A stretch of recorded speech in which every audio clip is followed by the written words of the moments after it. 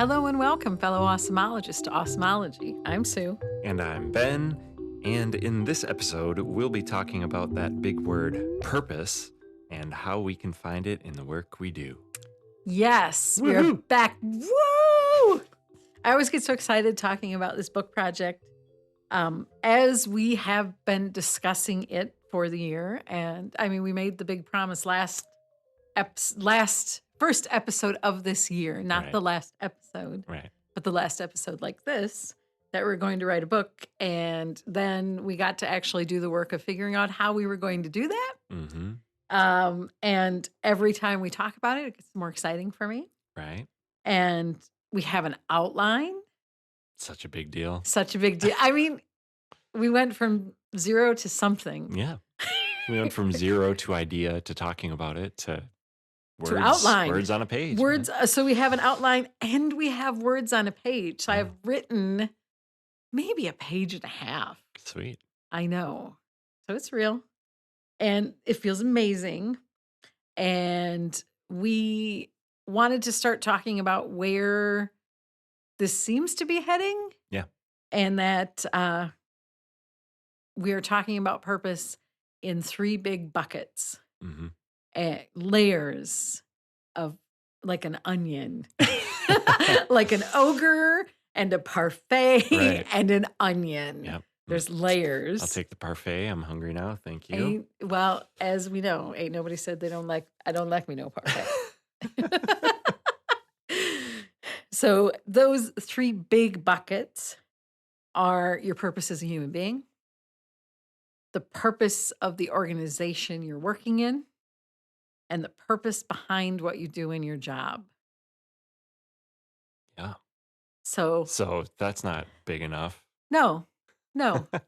Why? Yeah. The question, we're just going to answer the question why in this Right. book. And Why? then, I'm really confident that at some point in time, the purpose in life is going to come out. Yeah, as we we're should. doing this. So We we'll should. The reason finally all of solve us are that here. one for everyone. Mm-hmm. Yeah. Mm-hmm. Well, it's funny you mentioned the word why because, like, as I think of these three big buckets, right? Like, I kind of feel like we're touching on the maybe semi-cliche term of like starting with your why. And I say semi-cliche. I think we've all heard like, Simon Sinek, begin with why and all that stuff enough. But I think the fact that we've been talking about things like the purpose of life since humans were, cognizant enough to ask Right. those questions to like, even today, people like Simon Sinek and folks writing books talking about why and beginning with purpose and all these things. Um, that's why I call it like semi-cliche because it's something that while we might see it as cliche or whatever, we're still working on it. Right. It's going to be cliche for forever. And, right. And I'm okay with that because Mhm. I think as a marketer in particular, like one of our challenges constantly is doing stuff that's original, and that people haven't thought of before or seen before. But we know that there's just so much out there that it's really, really tough to do like something completely original or something that doesn't sound or hear or look or taste like Right. something that somebody else has done before, right? And so I think that that's like a question that I have as I'm thinking about what shape this is going to take, and are these three buckets the right buckets and stuff like people have done this book before, or Mhm. whatever. But I think our interesting perspective of just one, who we are as different people. You and I being different people from each other, you and I being different people from everyone else on From the planet. Except that Us, one lady who sounds just like me. right? Yeah, which I'm telling you, we got a future guest taking shape there. Also, the fact that we'll be doing this through the marketing lens, Mhm. we'll be doing it through the lens of a marketing company that's a little different in that we're a QSO and have both like this niche in the credit union industry, but also servicing other industries. So I think like once you add in like the variety that comes with us as humans and the work that we do, um, it'll be not cliche. It won't Right. just be, a book that you've read before kind of thing, and that's really exciting to me. Yeah. Yeah. Yes. And I am really I'm really You are so interesting. interesting. But also I'm interested to see how it develops, um, as we've talked about one of the conversations we've had, and I don't think we had it on mic, so now we'll have it on mic, is that there is an intersection between what we do as marketers that we think we would be able to we're going to be able to describe this in a way that essentially says, this is what we're doing. This is the purpose from here to here to here, down to that social media post that you're doing today. Mhm. And then also um, if you are adjusting the calipers on a SUV in the Chevy plant. Very specific, but Yes. yes. I don't know what calipers are, but let's just say that that's something that exists in cars still. Uh, It sure is. that we can correlate this same stream of thought with what you're doing. Yeah. Or if you are, I don't know, a vet tech. I don't need to name Yeah. every job that exists, but you get the Yeah. idea that to take like right down to that minute thing that we do and be able to correlate it to really what anyone does Right. Yeah. as best we can. Yeah. Right. Yeah. So, said another way, or in summary, while we might be talking specifically to marketers because that's who Mhm. we are, or maybe our experiences that we share um, are, from the marketing space or whatever, through this um, purpose filter that we're putting Right. everything through, it'll be applicable and understandable by anyone. Yeah. So I will be interested to see how we develop that Yeah. to make it clear to people because I don't want to come out at the end of this with a marketing book. Right. Yeah. I mean, it will be great. We are a marketing company. Yeah, for sure. And we Yeah. should definitely. Well, and I think because of that, it's going to be a marketing book. Like what, Right. Yeah. however we want it to cater to a broader audience, like it's going to be a marketing book. But I do think that we want to, help as many people as we can. Not that it's going to be like a help book, self-help or anything like that, but Right. um, we want more than just marketers to get value from it. So I think the fact that we are already, before we've written more than a page and a half, establish that as something that we want to do, even though it might have plenty of marketing flavor throughout it, it's going to be tasty to a whole lot of other people. Yeah. You crushed that Thanks. in terms of an analogy. Now I have to do this ham-handed transition right on the heels of that hot take. Oh man, that's good. So even though all three facets of purpose are going to be in that order, our purpose as humans, the purpose behind the organization, and the purpose in the task in your job, I had this maybe bad idea. I don't know. We'll see. I've written a page and a half. I want to point that out right now as we question if I'm having bad ideas. That I wanted to write them backwards because I think that is how people approach these things in their career. They think first about why am I doing this thing in my job? Or at least understanding the steps in a process. Well, I have to do this so that that thing can happen. And then you learn what the organization is trying to do. And then finally, maybe as you age, I think maybe that's an overgeneralization, but I don't think you start work at 16 and say, like, what is my life's purpose? Yeah. Now, I do think there are people that do, Sure. Yeah. but I think in general, it's like I make the money to get the things to do the stuff. Yeah. And then it is only after you go into your career a little bit that you realize, oh, there's probably more to this than getting the things and doing the stuff. Yeah. There's probably a bigger purpose. So Yeah. I wanted to, and I made this argument to you, and I honestly, even sitting here today, I am not sure if it's a good idea. Yeah. But it felt like that was the way for me to approach it, Hmm. to start with the task and move backwards. Yeah.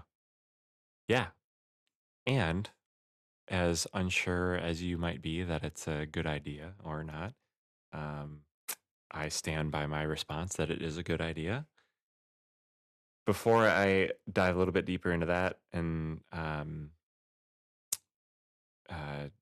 move on with my next cliche that I wanted to reference, um, I just have to reflect a little bit on what you just said. In that, something that I really haven't thought of at this point is, um, that person that's 16 that has thought about, what's the purpose in life, or that person at 16 that hasn't thought about that, and everything in between, and the fact that those differences will exist for 17-year-olds, 18-year-olds, Mhm. 30-year-olds, 50-year-olds that might be reading this book. It's interesting to think about how what we put together is just going to so naturally impact people differently based on so many differences, right? Mhm. Their age, their occupation, whether they're in marketing or not, whether they've asked that question of themselves or not, whether they've understood that a job can be more than make the money to get the stuff, and so I don't know, that's just kind of a little mind blowing, maybe a little intimidating to me to think about how no matter what we do, no matter how um, beneficial, purposeful, honest, organic, all the words this thing might wind up being, like it's just going to hit people differently based on a countless number of Mhm. variables as to who they are, why they are, what they're doing, all those things. Right. And it's scary. It's a little scary to think about, so I'm going to move on. But it's But good, it's fun scary. yeah, yeah. It's fun scary. So yeah, back to the idea of whether or not this is a good idea, right? To me, it just brings another cliche to mind, the old chicken or the egg, right? Like, which way do you do it? Do you write from the beginning to the back? Do you start with the end and work backwards? I really think it's like a chicken or the egg kind of thing. No one really knows, and it's no wrong answer, right? Um, but I do think that if I had to choose, and of course, maybe I'm a little influenced by the proposal and the fact that we're, co-writing this thing, that I would just say, yeah, Sue, let's do it that way because I don't want to fight with you on that. Um, That's a great motivation, and you have that in is common it with my really? husband. And you're the 2 people in the world that are just Yeah. saying, "You know what? This'll keep me from having to fight with her." No, no, no. I mean, does that ever happen? Sure, Sue. There's probably no denying it. But for this, what we're talking about today, the book, um, I think that there's a ton of reason to do it this way. And especially as we're talking about things like purpose and Mhm. why, again, here we go, cliche, but like begin with the end in mind, right? Right. So like just knowing that we're talking about purpose and asking ourselves the question why, Mhm. so often, to start there makes a whole lot of sense, right? So it actually kind of feels like it would be almost like unfair or like counterproductive to do it the other way if we haven't thought about our own purpose Right. and our own why when we're going to be writing a book that's going to like focus so much on that. You know what I mean? Right. So if for no other reason than to give us a little bit of peace about whether or not this is the right way, like I think that's a reason, or those are a couple of reasons as to why like we should just do it this way and feel good about it. Yeah. Yeah, and there is a certain aspect, uh, of fear for me that we would lose it sounds so neatly compact. First of all, I was surprised how quickly that our outline came together, Hmm. right? And it right now, uh, I it really appeals to me to have this neatly compact concept. And part of what I fear is if we start at the beginning, that we don't arrive where we want to Hmm. arrive. Yeah, yeah, yeah. Kind of like a land the plane sort of moment. Yeah. Yeah. Yeah.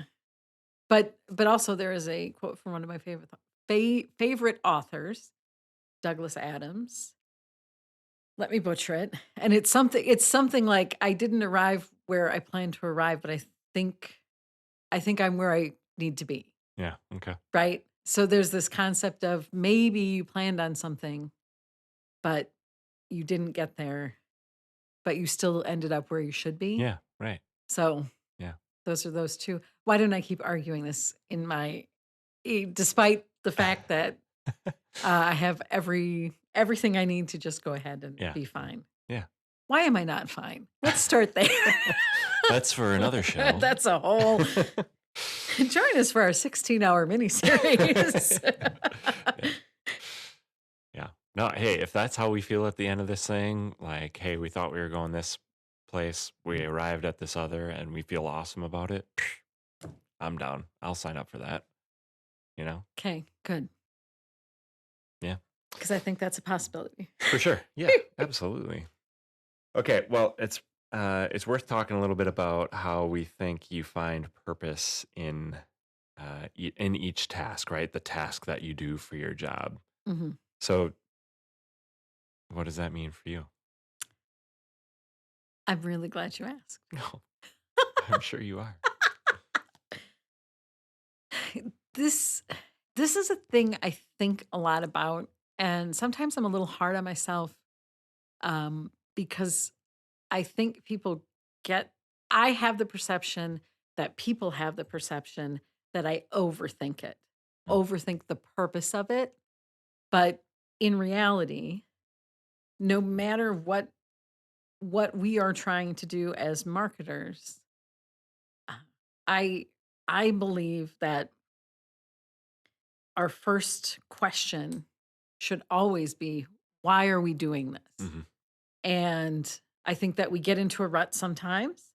It's really easy, especially, when you work in a space where you're working, for example, um, our biggest client, who we uh, our founding credit union, you get into a space where you are just doing the same things over and over and over and over again. And sometimes you have worked through the purpose 5, 10, 15 years ago, but you haven't stopped and rethought yeah, about purpose yeah, or how maybe the um, the economy, uh, pop culture, anything that could have influenced this finished product has changed your purpose. mhm, Um, so I always think the purpose behind what you're doing is important. And it's something that I really pride myself on when we're talking, the really specific task that I do in terms of content writing, for example. mhm, I always approach those things with, what is the reader need from this? That's the purpose. yeah, What I'm trying to tell you, nobody, you know, I'm going to try and be too clever. There's going to be parentheses, there's going to be ellipses. We know all of that's going to happen. yeah, But I'm not the point. The reader's the point. yeah, And to understand the purpose for them is the point of doing the thing. And that applies whether we're doing blog content, um, and thinking about like the purpose behind helping people through what we can do. That applies, one of the things that I have done um, a myriad of in my career is something as simple as a notice, a yeah, letter to tell people a thing is happening. right, And I think something like a notice from a financial institution, it is really easy to stop at that idea of, well, we have to tell them, yeah, and to not take that extra step to say the purpose of this is so that they know it, right, not because we want to tell them, but the end goal is for them to see it, understand it, and feel and to continue what we want our brand to feel like to this person. And uh that's where something like the brand voice comes in, yeah, right? yeah, To say, because we have uh really specific ideas about who is this person that is the brand voice. Well, the purpose behind this notification should always include that brand voice communicating in the way that we want it to Yeah. consistently. Yeah. I trailed off at the end there, and I realize that now. Yeah. But that's what I think about when I think about purpose Yeah. at a task level. Right. Well, and while it might not be the sexiest example of our work, writing a notice, Mhm, I think it's a good one to use when we're talking about something like purpose, because sometimes it can be tough to like feel that connection all the time. You know what I mhm, mean? And yeah, the thing that we need them to know can sometimes be that surface level purpose of said mhm. notice. You know what I mean? But um, I think the constant challenge that we have is to even dive deeper and say, okay, what happens to that person because they know the thing that they Right. need to know? Maybe Exactly. they completely avoid a fraud situation that saves them, who Mhm, knows, maybe their whole livelihood, maybe a couple bucks, whatever. And I think when you look at things at that next level, when you really dig into real mhm. purpose, it's really tough for darn near any task, darn near any job to feel less than crucial. You know Right. what I mean? Which I don't think that we need to dive into purpose in a way that makes everything feel super heavy and make us all feel Mhm, like we need to put a cape on and be a superhero all the time or whatever. But I think it does contribute to fulfillment and mhm. people's happiness and seeing purpose in who you are as a person, your organization, that thing that you're doing, those three buckets that we've been talking about. So Right. yeah, I think it's super important. I think that maybe the trail off was because we were talking about a notice. I don't know, Yeah, but that could be. That could be. but But I have so many opinions out about notices. yeah, You know, so many opinions. so many She's got a book opinions. of opinions. That's another That's book, the second book, right? just my opinions. Yeah, Uh, yeah, but okay, final thought, I swear, yeah. That's okay. on the notice thing.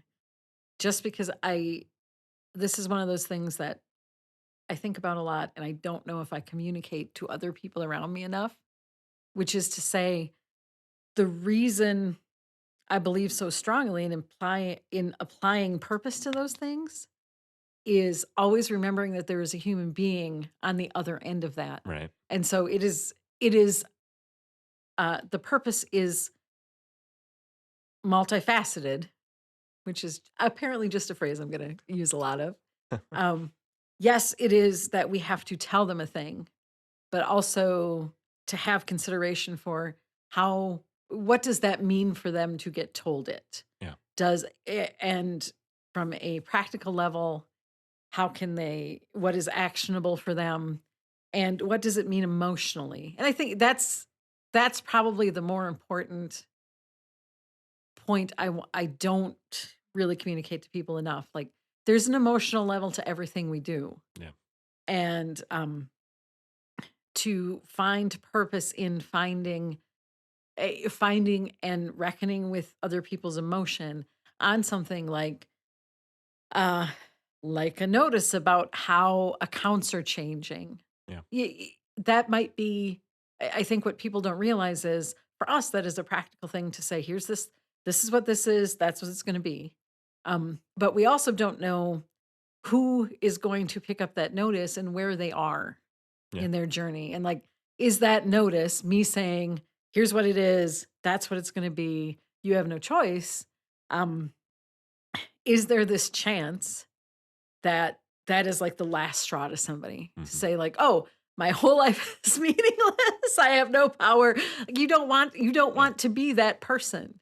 So yeah, that is very worst case scenario. Right. Yeah. But also, if you can take something like that, which people may perceive negatively anyway, Hmm. and turn it around for them, why wouldn't we? Yeah. For sure. Yeah. Well, and you went pretty extreme worst case scenario there for sure.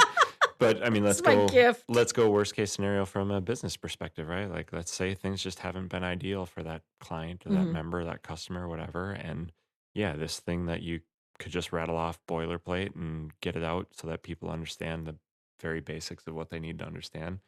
That definitely could be enough for them to just be like, another change. All right, whatever. Screw it. I'm done. Mhm. That's it. Last straw, whatever.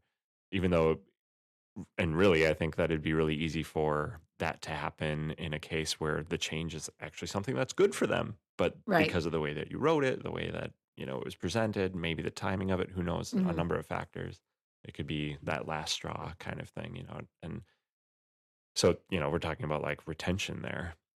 Another thing that is an opportunity that I don't think is considered enough in, all of our work, but particularly those things that are perceived as the least sexy work or least important, um, is the opportunity for everything to be a differentiator. Mhm. So I mean, you've got an opportunity to talk to your member or your potential member, your client, your customer. Make the most of it every Right. time that you can. And I say that knowing that we don't have the time or the resources or the money to do it every single time. But every time that we can, we should, because that might be the opportunity that we have to prove to someone that we're different and keep them or gain Mhm. them or keep them around for a little longer, keep them forever. Who knows? Turn them into an advocate that brings someone else in. So um, those are huge opportunities that I don't think you can overlook, because then you do just kind of sound like everyone else. Mhm. That's how you're going to be heard, and you're going to be easy to move on from, just like everyone else. Right. So yeah, I think what you're saying has a lot of validity to it, and I totally can understand why people that maybe ask why too often, or start with that, what's the purpose of this thing question often or all the time, can be heard as a toddler asking why too many Mhm. times. You know what I mean? I Mhm. can understand why people like, doesn't matter, just do it, you know, Right. totally Yeah. get it. But like, to sound a little dramatic, like, shame on you. Like, that can't be your response to a super important question. Why are we doing this thing? Yeah. And also, PS, don't answer a toddler that way Yeah, because right. they genuinely don't know. Right. Yeah, for sure. Yeah. Yeah, I have never ever responded that way to a toddler. Just let the No, record show. just well, I feel like maybe you are. That's what I'm concerned about here. Why are you Hey, talking to toddlers that's like another that? episode. Okay. Yeah. Okay, fine. Another series. So let me ask you a question. Hit me. Uh, are you a person who has always sort of sought the purpose of what you're doing? Or is that something you matured into? Yeah. Um, I think that the answer to the question is definitely some version of that's what I'm matured into. Learning, I think, has gotten me there. Probably along with a whole bunch of other factors like aging and life experiences and things like that. Are you aging? Aren't we all, Sue? Aren't we all? But I think another answer to the question is not always.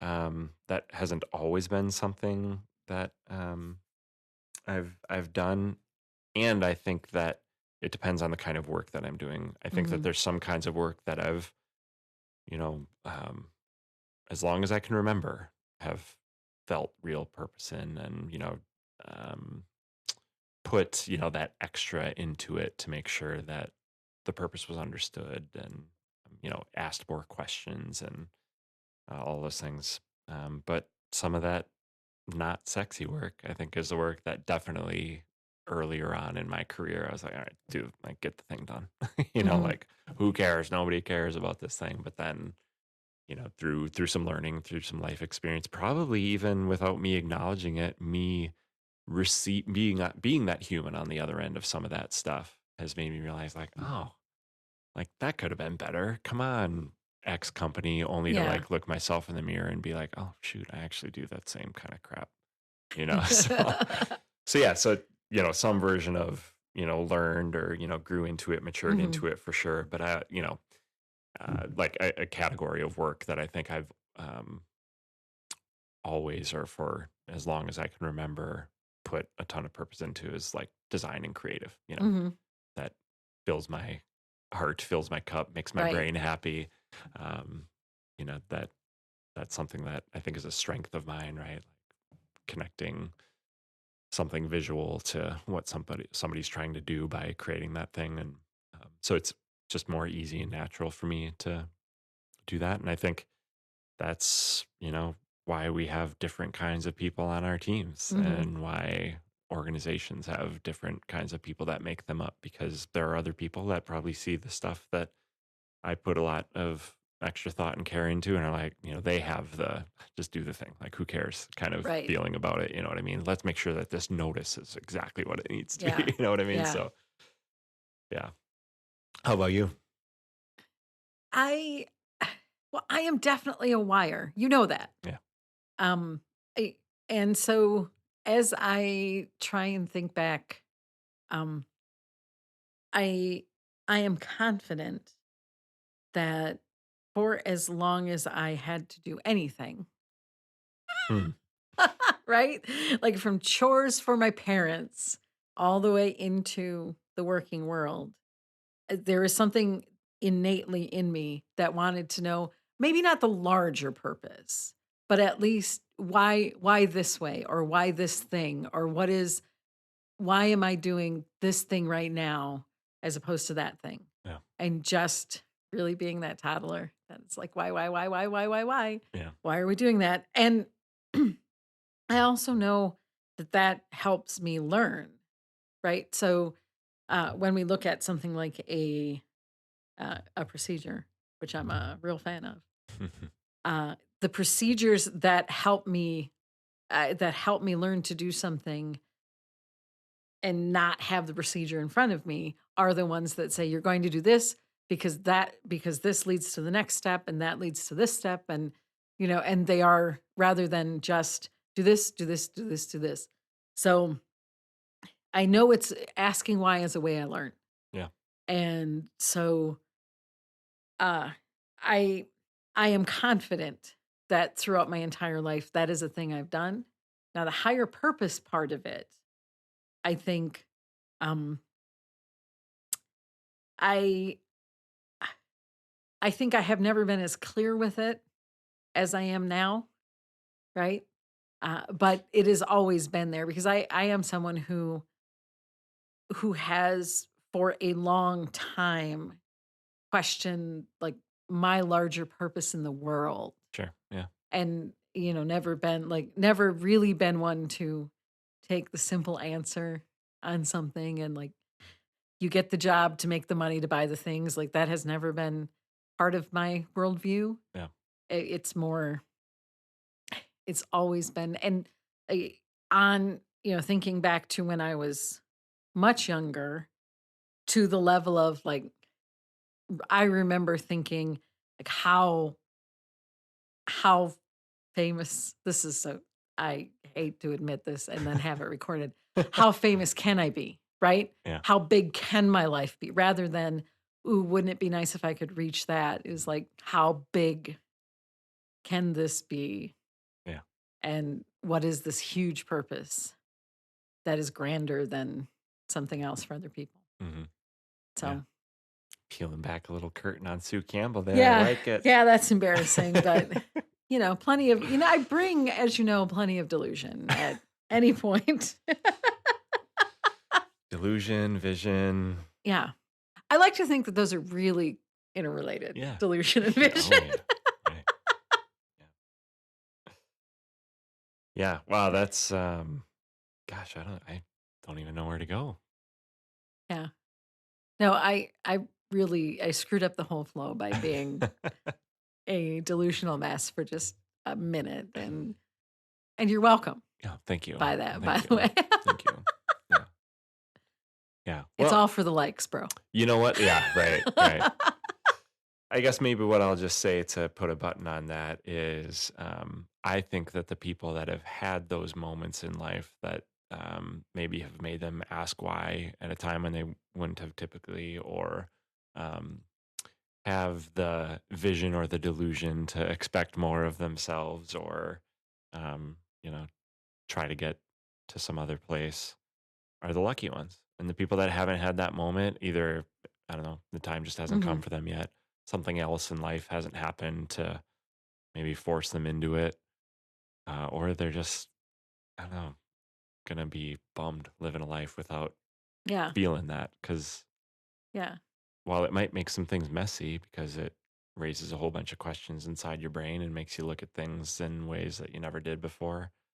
I think we get to do the cool stuff after we've asked those questions or Right.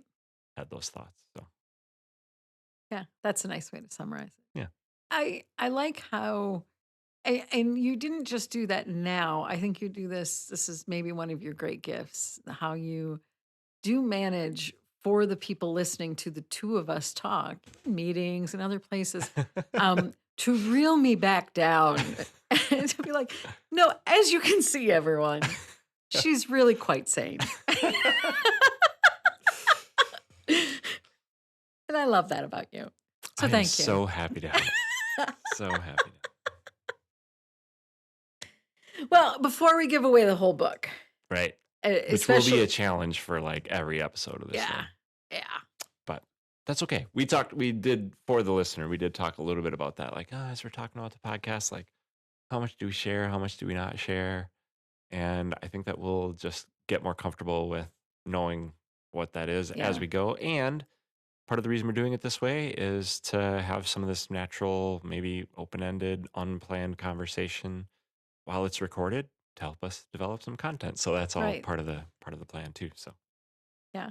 yeah, Just it's very important. Everyone knows it's part of the plan. It's part of all the plan. part of It's the all plan. part of the plan. Trust the process, everyone. Trust the process for sure. So we should wrap up. We should. We are very excited, listener, that you are joining us on this journey. If you are new or newer or newish, we have lots and lots of episodes. This is our sixth season of the podcast, so we Yeah. have 5 whole seasons. Could go back and check out. You can always learn more about us and what we've talked about in the past and what we do, Mhm. and any number of my delusions at our website. exclamationqso.com, and check us out at the blog exclamationqso.com/blog. You got it. I'm going to go a little off script here and just make a plug for our other episodes where we usually have a guest. Oh We're yeah, talking about something specific to marketing. So if you are a listener that's made it this far and you're interested in this book journey, yes, thank you, as you said. But also like check out that other stuff too, because man, we've had some pretty awesome guests on in the last, I don't know, 6 months, but also like some really great ones over the years too. So yeah, check that stuff out. Thanks everyone for being here, listening to whichever episodes you listen to. We will see you next time. Be awesome. Bye-bye. The Osmology Podcast is a production of Exclamation Services. Thanks to Nick Mulliver for sound production and Kylie Ganther for our cover artwork. Executive producers are me, Ben Bauer, and my friend Suzanne Campbell.